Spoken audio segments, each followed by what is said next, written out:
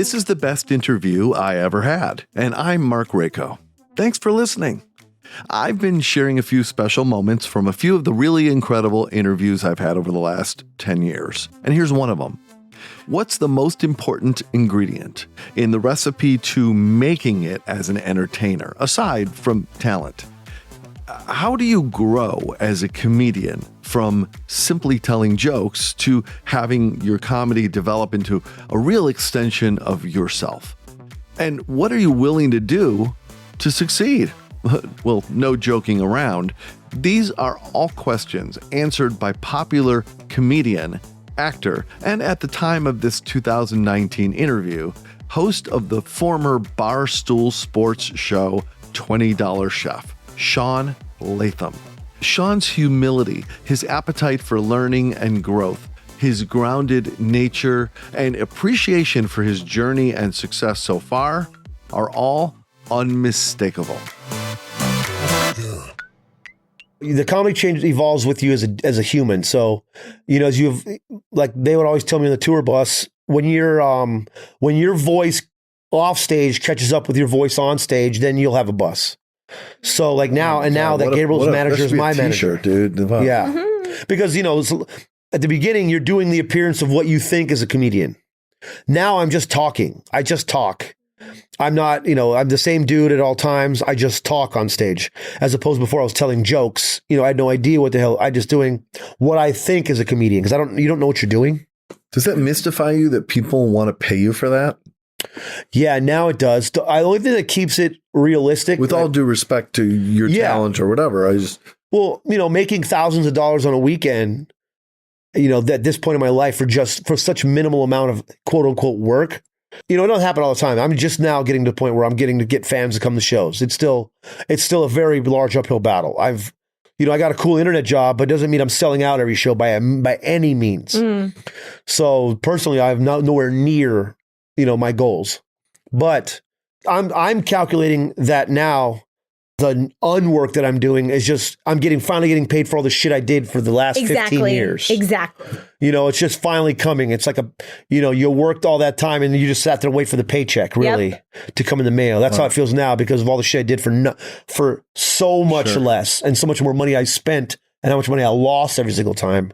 Because I always kept a job up until 2010. I always had a bartending job somewhere so that I can, if I got a show in another city, I didn't care how much it paid. I was like, it just looked like it's a good opportunity. I'm doing it. I'd be making money at a bartending job, so I can just request a day off and be and drive to San Francisco and do three nights of shows for $50 a show or whatever. Yeah, because I didn't need the money from the stand up. I just needed the experience and the set.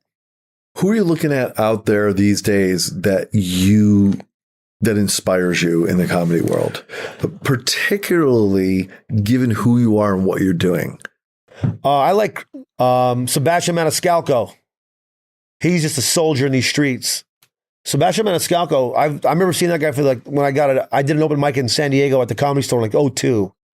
And I sat there waiting to go on, and then he was up there, and I was just, I did my little corny ass jokes, and then I got off, and I watched him, and I was just like, what? And that was 2002. Wow. And then, last month, he sold out 8 shows at Madison Square Garden. So it also shows that work ethic, but I also love what he talks about, how he's such a well-rounded, everything's part of the story. Cool. How you tell it, your body language, things like that. And I also love Chris Stefano as well. Yeah, we met in Norway at a Norway Comedy Festival in 2014. And guy's just he's just a monster. You got to be able to turn it on and go. Yeah, yeah. And those are a couple of my favorite guys right now for sure.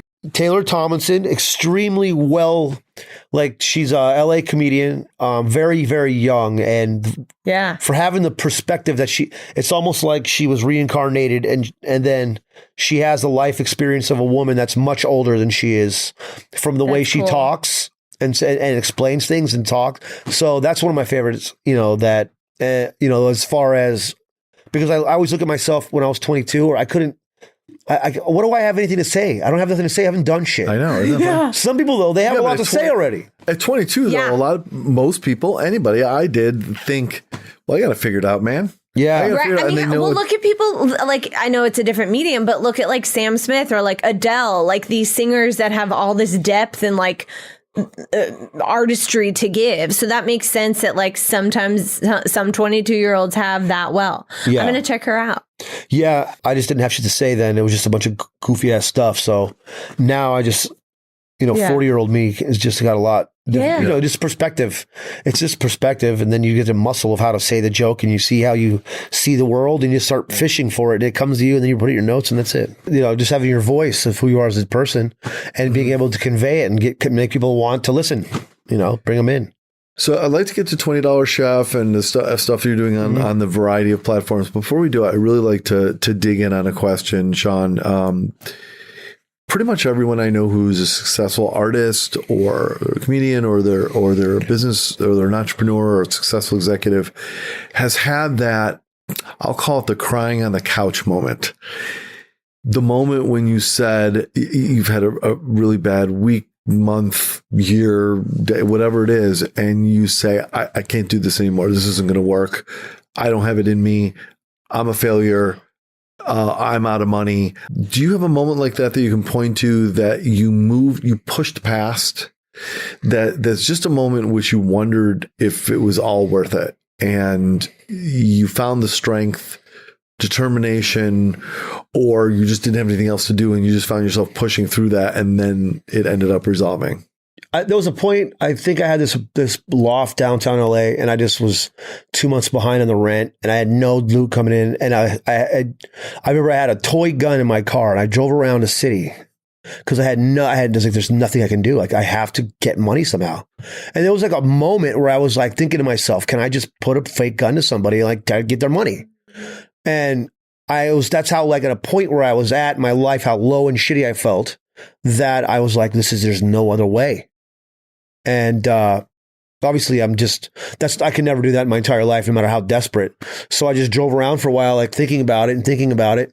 And it was just, my mother, all I could think about was like what my mom would think, and obviously I didn't do it. And, it's those moments that you go and then you really start to look yourself in the mirror at some wild shit, that could happen because people do things, in dire situations. And then, but then you just have to keep waking up and dealing with it. And then hopefully right when shit gets its worst is when something happens that's just a little bit better than where you were yesterday.